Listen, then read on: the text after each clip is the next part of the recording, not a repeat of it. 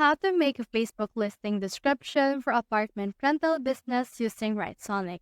In order to do that, head over and click on the social media right here.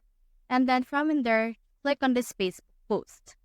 Now, for this case, let's put in here post content, which is apartment rental.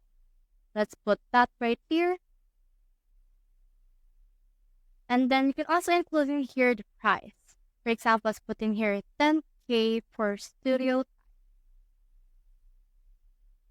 And then in here, let's click on this next. And then you can put also in here some visual contents.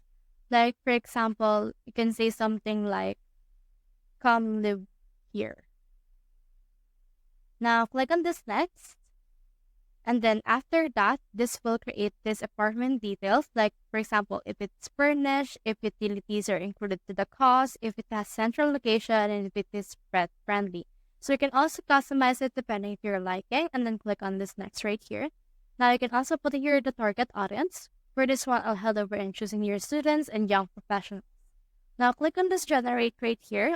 And then once you have done that, this will generate an apartment listing for us that we can use for our Facebook post on our actual Facebook.